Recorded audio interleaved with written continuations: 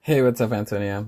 So I'm going to be reading The Basic Tools, and that is a continuation of The Artist's Way, A Spiritual Path to Higher Creativity. The Basic Tools.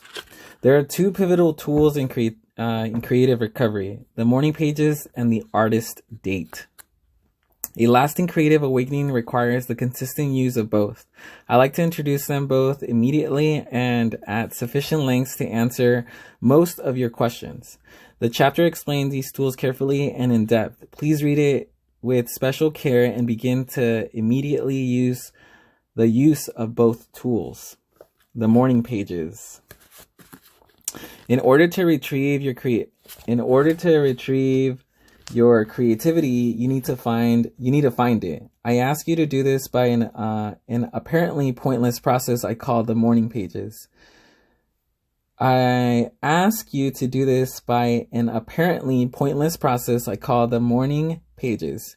You will do the pages daily through all the weeks of the course, and I hope much longer. I have been doing them for a decade now, and I have students who have worked with them nearly that long and who would no more abandon them than breathing. Guinea, a writer-producer, credits the morning pages with inspiration for her recent screenplay and clarity in planning her network specials. I'm superstitious about them now. Let me try that again. Guinea, a writer-producer, credits the morning pages with inspiration for her recent screenplay and clarity in planning her network specials. I'm superstitious about them now, she says. When I was editing my last special, I would get up at 5 a.m. to get them done before I went to work. What are morning pages? Put simply, the morning pages are 3 pages of longhand writing, strictly stream of consciousness. Oh God, another morning I have nothing to say. I need to wash the curtains. Did I get my laundry yesterday? Blah, blah, blah. They might also more ingloriously be called the brain drain, since that is one of their main functions. There is no wrong way to do morning pages. These daily morning meanderings are not meant to be art or even writing. I stressed at the point to reassure the non-writers working with this book, writing is simply one of the tools. Pages are meant to be simply the act of moving the hand across the page and writing down whatever comes to mind. Nothing is too pretty, too silly, too stupid, or too weird to be included. The morning pages are not supposed to sound smart, although sometimes they might. Most times they won't, and nobody will ever know except you. Nobody is allowed to read your morning pages except you. And you shouldn't even read them yourself for the first 8 weeks or so. Just write these 3 pages and stick them into an envelope, or write 3 pages in a spiral notebook and don't leaf back through. Just write 3 pages and write 3 more pages the next day. September 30th, 1991. Hey, that's when I was born. Over the weekend from Dominica's biology project, she and I went bug hunting on the Rio Grande and Plot Creek. We collected water crawlies and butterflies. I made a crimson homemade butterfly net that was quite functional, although dragonflies eluded us to our dismay. We did not catch the tarantula strolling down the dirt road near our house. We just enjoyed spotting it. Although occasionally colorful, the morning pages are often negative, frequently fragmented, often self-pitying, repetitive, stilled or babyish, angry or bland, even silly sounding. Good. October 2nd, 1991. I am up and I have a headache, and I have taken aspirin and feel a little better, although still shaky. I may have the flu after all. I am getting to the bottom of a lot of unpacking, and still no teapot from Laura, whom I am sorely missing. What a heartbreak. All that angry, whiny, petty stuff that you write down in the morning pages stands between you and your creativity. Worrying about the job, the laundry, the funny knock in the car, the weird look in your lover's eyes. This stuff, excuse me. The weird look in your lover's eyes. This stuff eddies through our subconscious and muddies our day. Get it on the page. The morning pages are the primary tool of creative recovery. As blocked artists, we tend to criticize ourselves mercilessly, even if we look like functioning artists to the world. We feel we never do enough, or what we do isn't right. We are victims of our own internalized perfection, a nasty internal and eternal critic, the censor, who resides in our left brain and keeps us constant stream of subversive remarks that are often disguised as the truth. The censor says wonderful things like, "You call that writing? What a joke. You can't even punctuate. If you haven't done it by now, you will never will. You can't even spell. What makes you think you can be creative?" And on and on. Make this rule. Always remember that your censor negative opinions are not the truth. This takes practice. By spilling out of bed and straight onto the page every morning, you learn to evade the censor, because there is no wrong way to write the morning pages. The censor's opinion doesn't count. Let your censor rattle and it will. Just keep your hand moving across the page. Write down the censor's thoughts if you want. Note how it loves to aim at your creative jugular. Make no mistake, the censor is out to get you.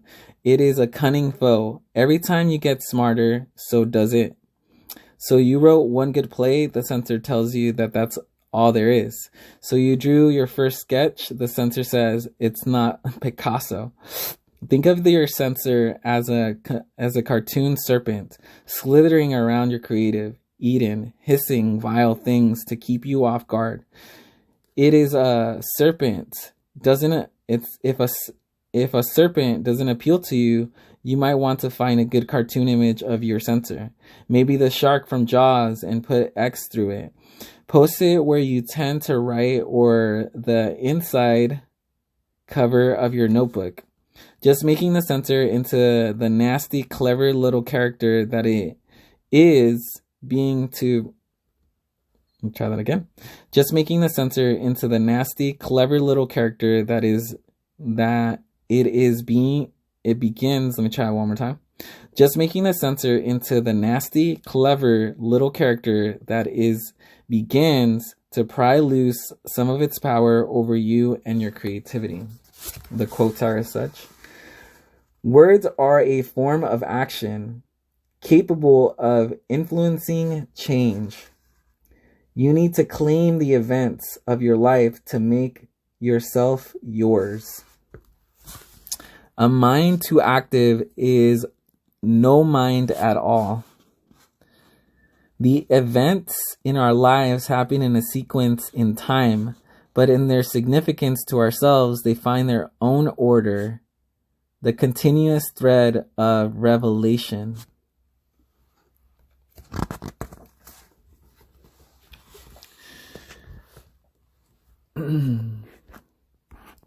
More than one student was tacked up an unflattering picture of the parents responsible for the censor's installation in his or her physique and called that his or her censor. The point is to stop taking the censor as the voice of reason and learn to hear it for the blocking device that it is. Morning pages will help you do this. Morning pages are non-tangible. Never skip or skim on morning pages. Your mood doesn't matter. The rotten things your censor says doesn't matter. We have the idea that we need to be in the mood to write. We don't. Morning pages will teach you that your mood doesn't really matter. Some of the best creative work gets done on the day when you feel that everything you're doing is just plain junk. The morning pages will teach you to stop judging and just let yourself write. So what if you're tired, crabby, distracted, stressed? Your artist is a child and it needs to be fed. Morning pages feed your artist child. So write your morning pages. 3 pages of whatever crosses your mind, that is all there is to it. If you can't think of anything to write, then write, I can't think of anything to write. Do this until you have filled 3 pages. Do anything until you have filled 3 pages. When people ask, why do we write morning pages? I joke, to get to the other side. They think I am kidding, but I'm not. Morning pages do get us to the other side of our fear, our negativity, our moods, all over. Above all, they get us beyond our censor. Beyond the reach of the censor's babble, we find our own quiet center, the place where we hear the still, small voice that is once our creators and our own. I'll say that one time. Beyond the reach of the censor's babble, we find our own quiet center, the place where we hear the still, small voice that is at once our creators and our own. A word is in order here, but logic brain and the artist brain. Logic brain is our brain of choice in the Western Hemisphere. It is the categorical brain. It thinks in a neat, linear fashion. As a rule, logic brain perceives the world according to known categories. A horse is certainly a combination of animal parts that make up a horse. A fall forest is viewed as a series of colored and a series of colors that add up to fall forest. It looks at a fall forest and notes red, orange, yellow, green, gold. Logic brain was and is our survival brain, and it works known principles.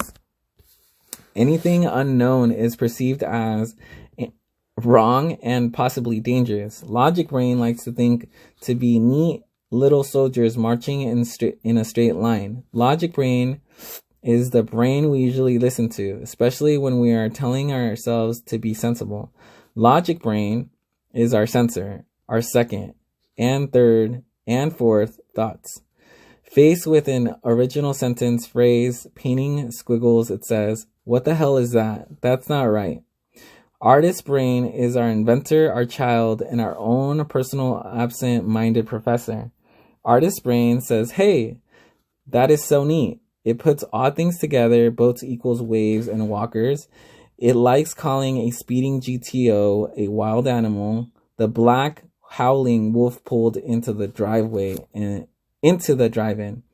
The artist brain is our creative, holistic brain. It is the partners and shadings. It is the patterns and shadings. It sees a fall forest and thinks, wow, leaf bouquet, pretty, gold, glit, shimmery, earth skin, king's carpet. Artist brain is associative and freewheeling. It makes new connections, yoking together images to invoke meaning, like the Norse myths calling a boat wave horse. In Star Wars, the name Skywalker is a lovely artist brain flash. Why all this logic brain, artist brain talk? Because the morning pages teach logic brain to stand aside and let artist brain play. The censor is a part of our leftover survival brain. It was the part in charge of deciding whether it was safe for us to leave the forest and go out into the meadows. Our censor scans our creative meadows for any dangerous beasties. Any original thought can look pretty dangerous to our censor. The only sentence, paintings, sculptures, photographers,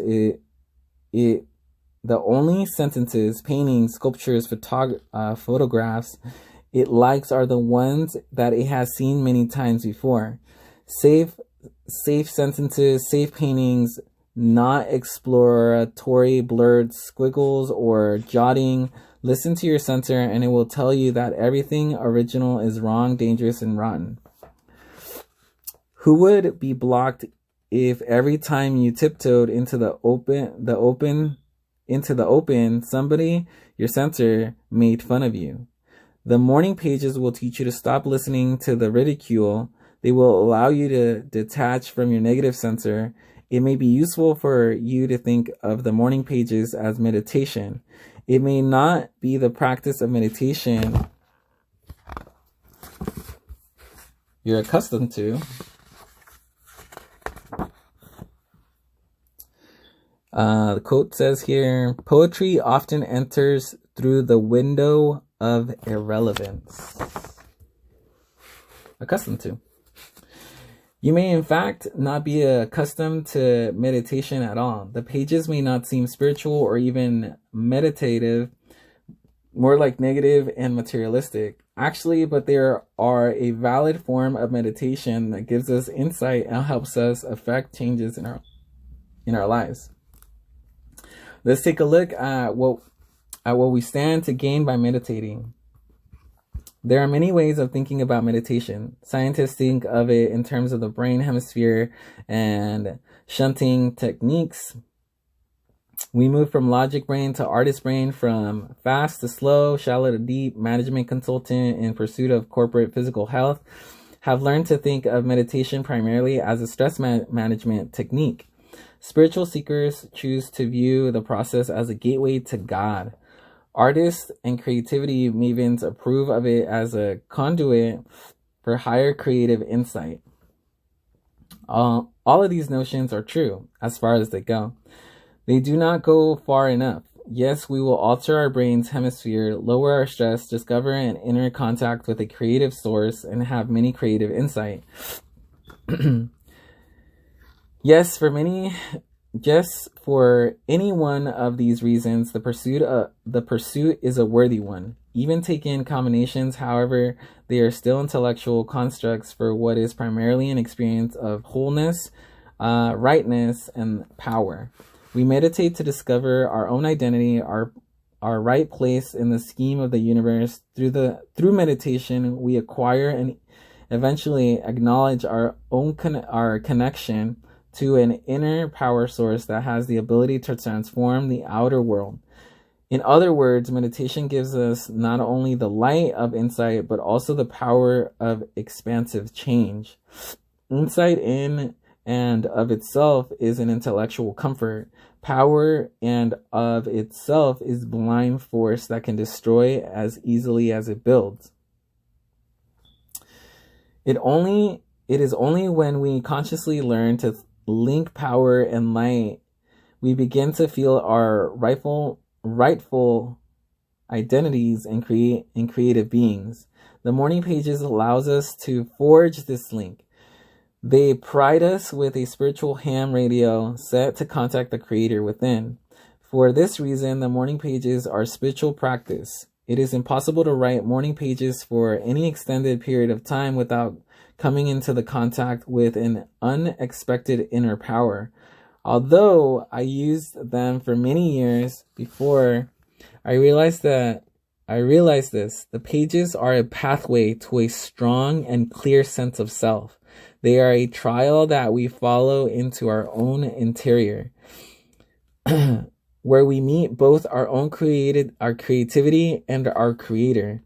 Morning pages map out our interior. Without them, our dreams may remain terra incognita. I know mine did. Using them, the light of insight is coupled with the power for expansive change. This is very difficult to complain about a situation morning after morning, month after month, without being moved to constructive action. The page lead us out of despair and into undreamed of solutions. The first time I did morning pages, I was living in Teos, New Mexico. I had gone there to sort myself out into what I didn't know.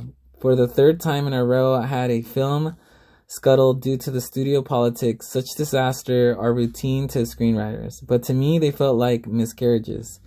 Cumulatively,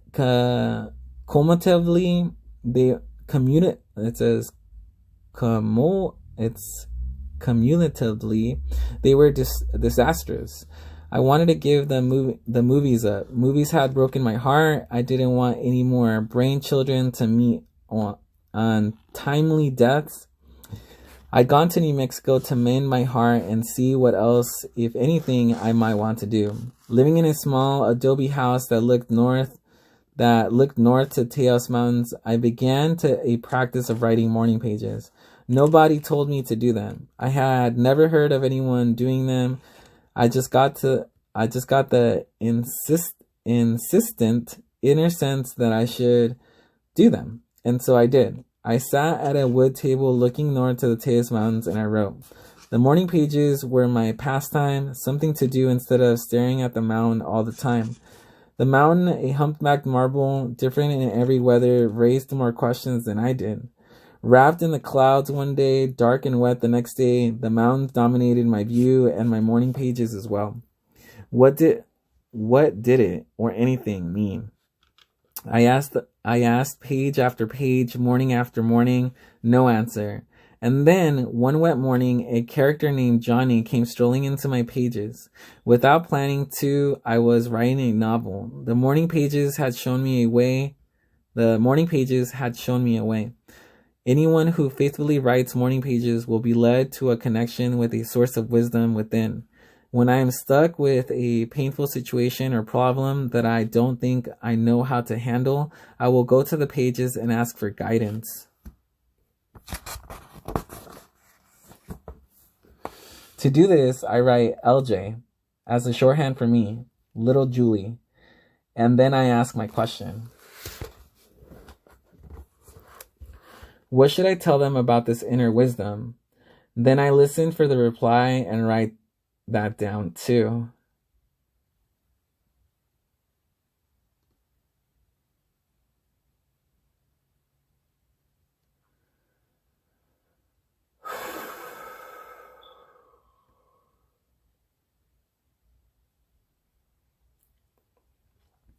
To do this, I write LJ, a shorthand for Little Julie, and then I ask my question. LJ. What should I tell them about this inner wisdom? And then I listen for the reply and write that down too. Answer. You should tell them everyone has a direct dial to God. No one needs to go through an operator. Tell them to try this technique with a problem of their own. They will. Sometimes, as above, the answer may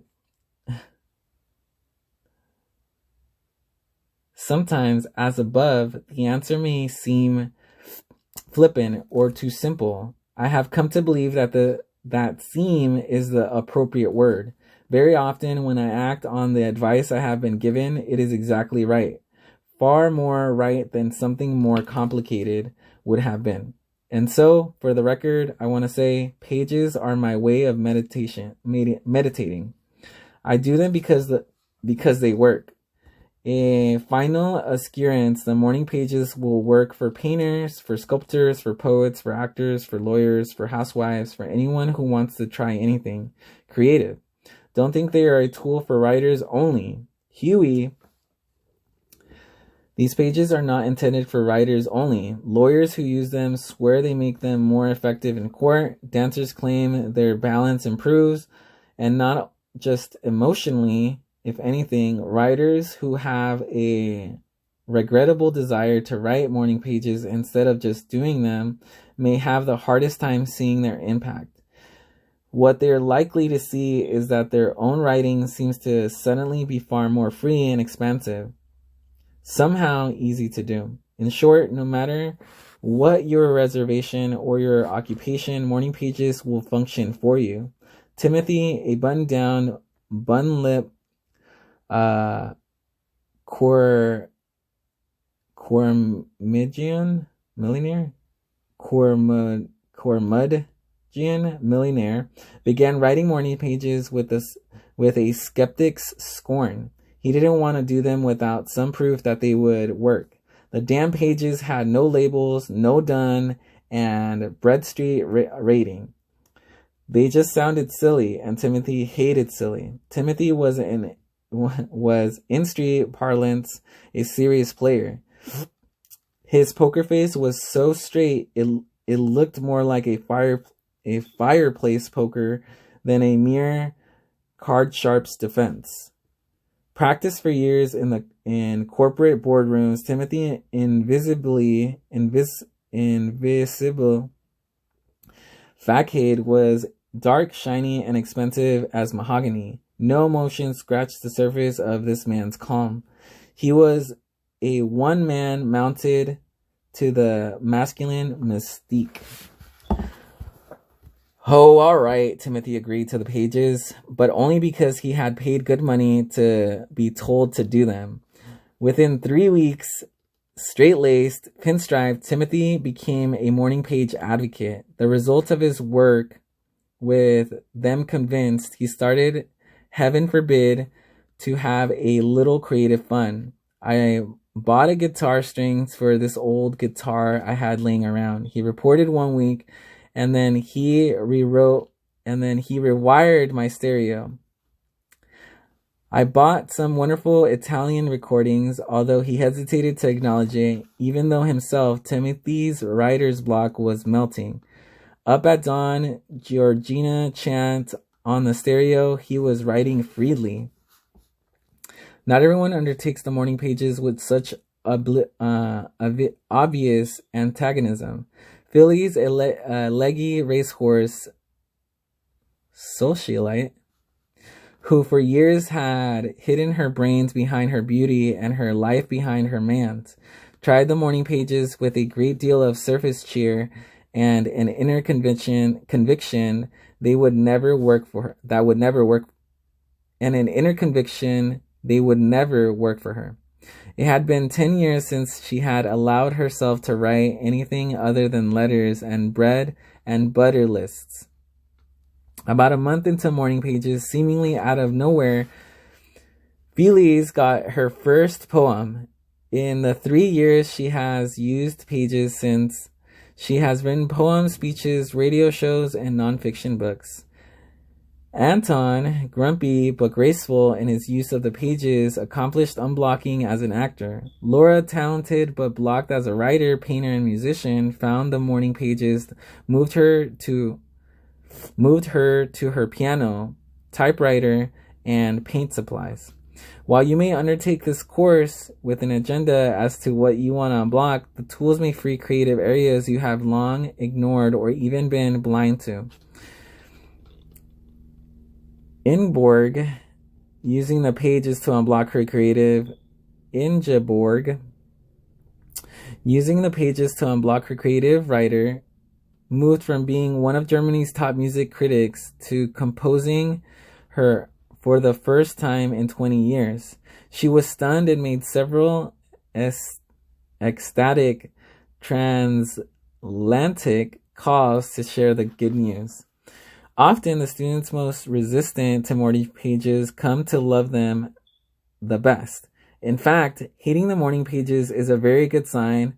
Loving them is a good sign too. If you keep writing, even when you suddenly don't, a neutral attitude, the third position, but it is really just a defensive strategy that many mask boredom. The quotes are as such. Like an ability or a muscle, hearing your inner wisdom is strengthened by doing it. It is in the knowledge of the genuine conditions of our lives that we must draw our strength to live in our reason for living. Painting it is just another way of keeping a diary. Experience, even for a painter, is not exclusively visual.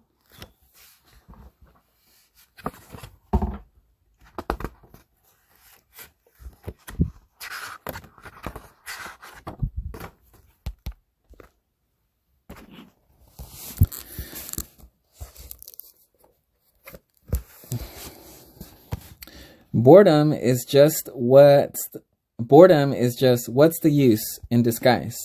And what's the use is fear, and fear means you are secretly in despair. So put your fears on the page. Put anything on the page. Put 3 pages of it on the page. Okay, awesome. The artist date. The other basic tool of Artist's Way may strike you as a non-tool, a diversion. You may see clearly how morning pages could work, yet find yourself highly dubious about something called an artist date. I assure you the artist dates work too. Think of this combination of tools in terms of a radio receiver and transmitter. It is a two-step, two-directional process, out and then in. Doing your morning pages, you are sending notifying yourself and the universe of your dreams, dissatisfactions, hopes. Doing your artist dates, you are receiving, opening yourself to insight, inspiration, and guidance. But what exactly is an artist date? An artist date is a block of time, perhaps 2 hours weekly, specially set aside and committed to nurturing your creative consciousness, your inner artist. It is the most primary form. The artist date is an exclusion, a play date that you pre-plan and defend against all interlopers. You do not take anyone on this artist date but you and your inner artist, aka your creative child. That means no lovers, friends, spouses, children, no taggers on of any stripes. If you think this sounds stupid or that you will never be able to afford the time, identify that reaction as resistance. You cannot afford not to find time for the artist date. Do you spend quality time with each other? Troubled couples are often asked by their therapist.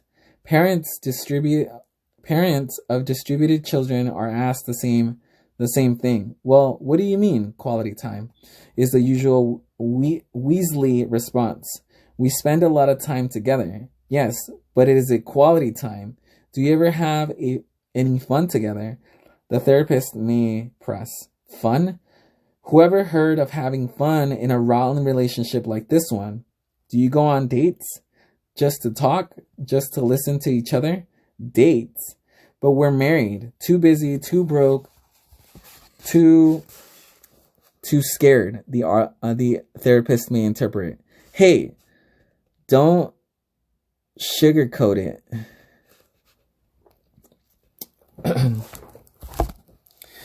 It is frightening to spend quality time with a child or lover or our artist can be seen as both to us.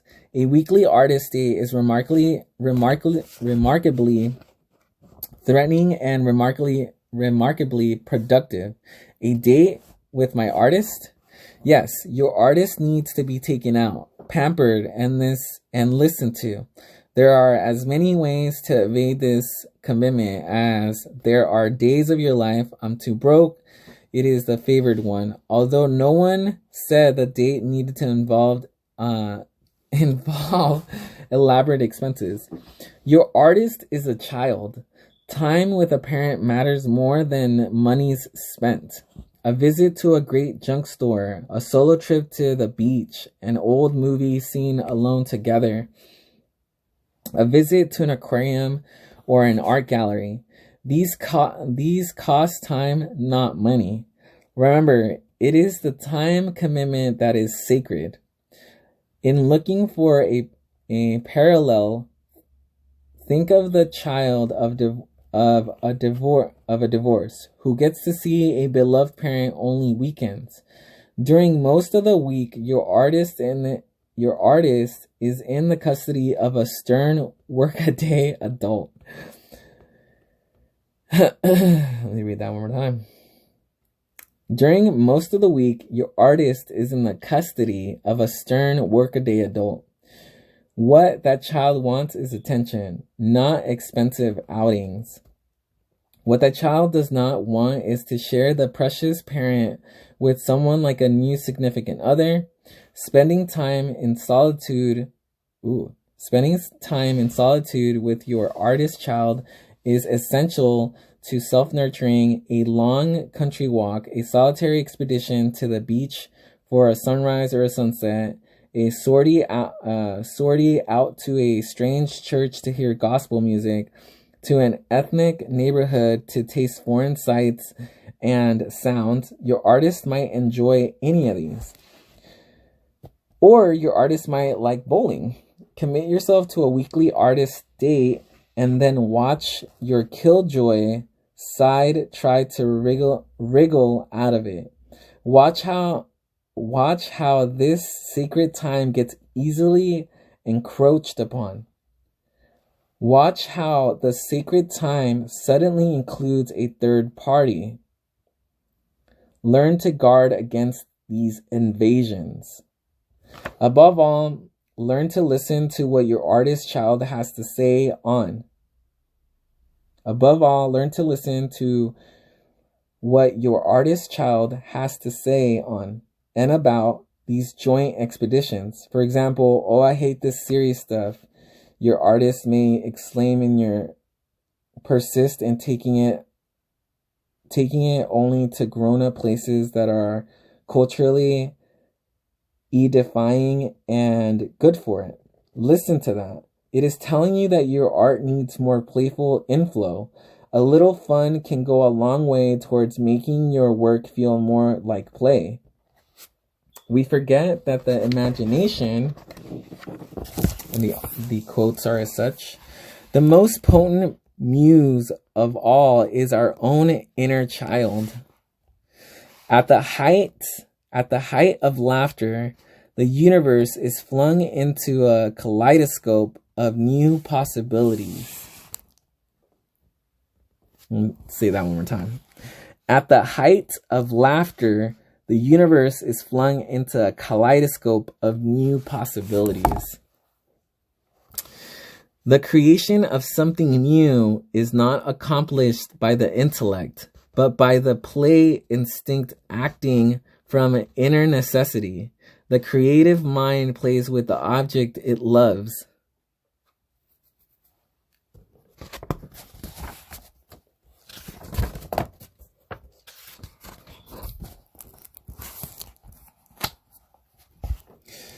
We forget that the imagination at play is the heart of all good work, and increasing our capacity for good creative work is what this book is about. You are likely to find yourself avoiding your artist states. Recognize this resistance as a fear of intimacy, self-intimacy. Often in troubled relationships, we settled into an avoidance pattern with our significant others. We don't want to hear what they are thinking because it just might hurt. Excuse me. So we avoid them, knowing that once they get the chance, our significant others will probably blurt out something we don't want to hear. It is possible that they will want an answer we don't have and can't give them. It is equally possible we might do the same to them, and that then the two of us will stare at each other in astonishment, saying, "But I never knew you felt like that." It is probable that these self-disclosures, frightening though they are, will lead to the building of a real relationship, one in which the participants are free to be who they are and to become what they wish. The possibility that makes the risk of self-disclosure and true intimacy profitable. In order to have a real relationship with our creativity, we must take the time and care to cultivate it. Our creativity will use this time to comfort us, to confide in us, to bond with us, and to plan what we think we need. We identify problem areas and concerns. We complain, enumerate, identify, isolate, and fret. This is step one. Analogous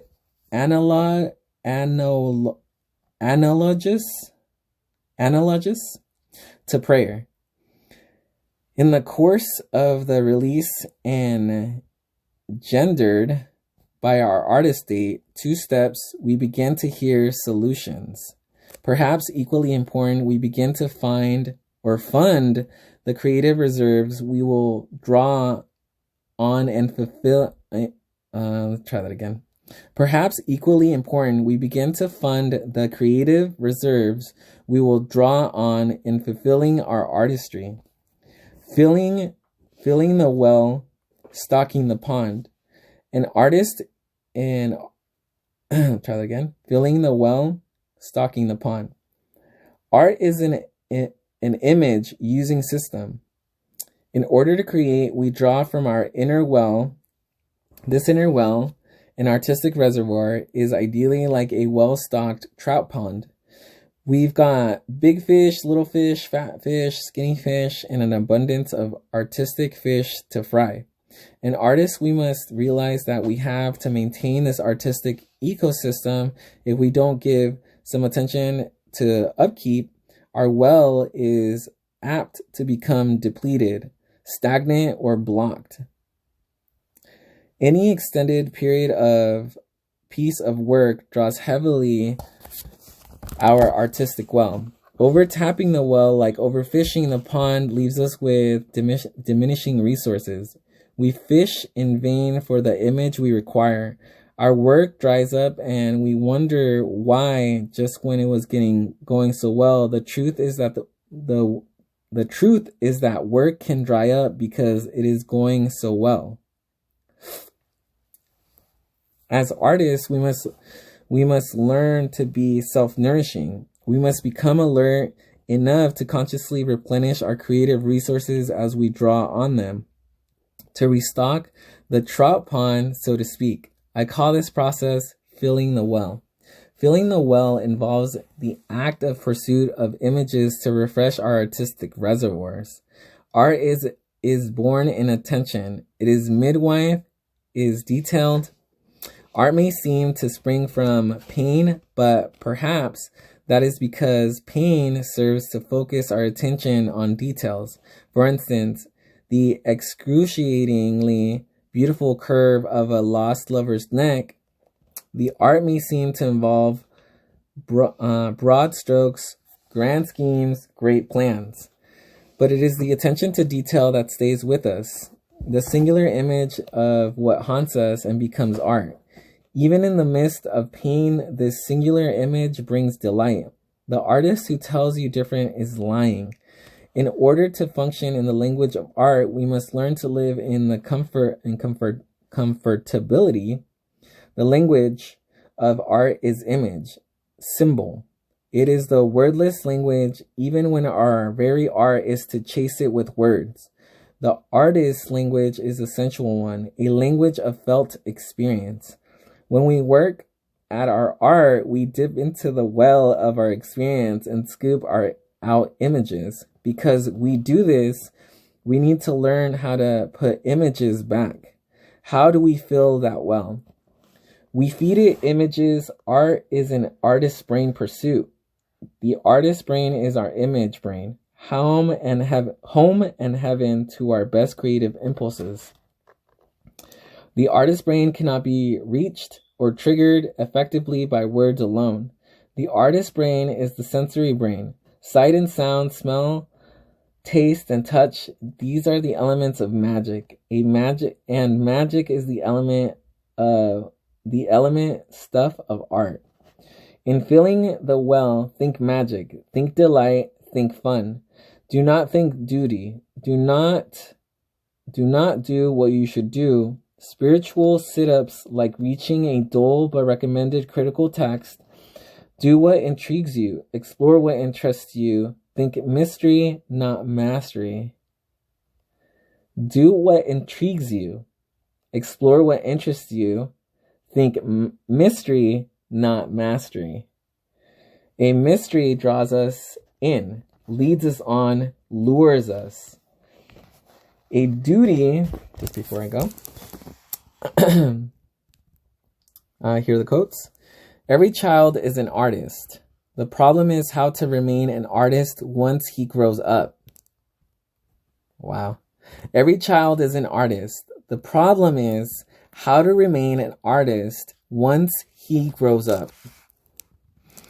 During these periods of relaxation after concentrated intellectual activity, The intuitive mind seems to take over and can produce the sudden clarifying insights which give so much joy and delight.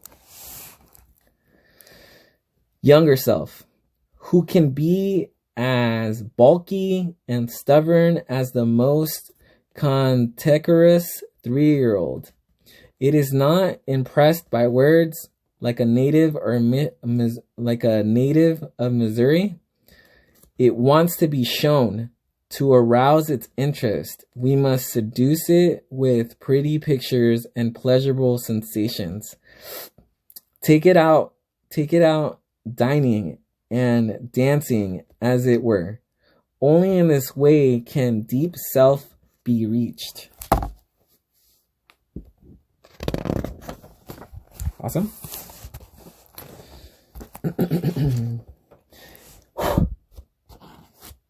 A mystery draws us in, leads us on, lures us. A duty may numb us out, turns us off, tune us out. In filling the well, follow your sense of the mysterious, not your sense of what you should know more about. A mystery can be simple, very simple. If I drive this road, not my usual road, what will I see? Changing a known route throws us into the now. We become refocused on the visual world. Sight leads to insight. A mystery can be simpler even in that. If I light this stick of incense, what will I feel? Scent is an often overlooked pathway to powerful associations and healing. The scent of Christmas at any time of the year, or the scent of fresh bread or homemade soup, can nourish the hungry artist within. Some sounds lull us, others stimulate us. 10 minutes of meditation, 5 minutes of barefoot dancing to drum music can send our artist into its play for a day, refreshed. Feeling the well need not be all novelty. Cooking can fill the well. When we chop and prepare and pare vegetables, we do so with our thought as well. Remember, art is an artist's brain pursuit. This brain is reached through rhythm, through rhyme, not reason. Scraping a carrot, peeling an apple, these actions are quite literally food for thought. Any regular, repetitive action primes the well. Writers have heard many woeful tales of the Brontë sisters and poor Jane Austen, forced to hide their stories under their needlework. A little experiment which some mending can cast a whole new light on these activities.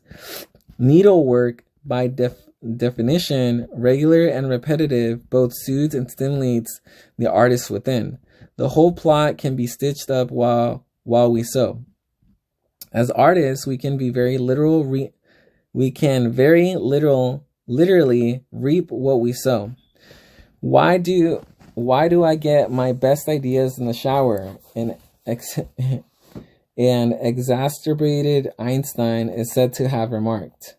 Brain research now tells us that that is because showering is an artist's brain activity. Showering, swimming, scrubbing, shaving, steering a car, so many S like yes words. All these are regular and repetitive activities that may tip us over from our logic brain into our more creative artist brain.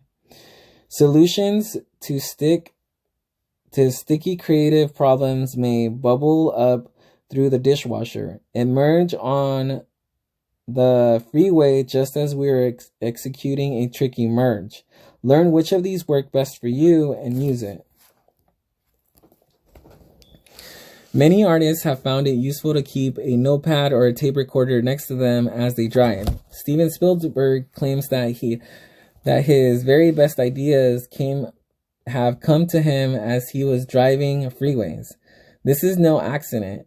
Negotiating the flow of traffic, he was an artist immersed in an oncoming, ever-altering flow of images. Images trigger the artist's brain. Images fill the well.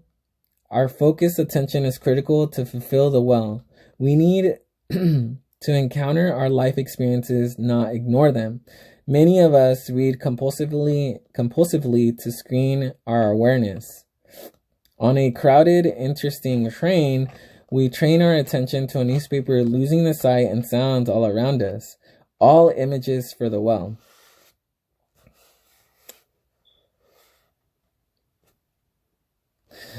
Here's the contract. I blank understand, or in this case, I, Antonia Lena, understand that I am undertaking an intensive, guided encounter with my own creativity. I commit myself to the 12-week duration of the course.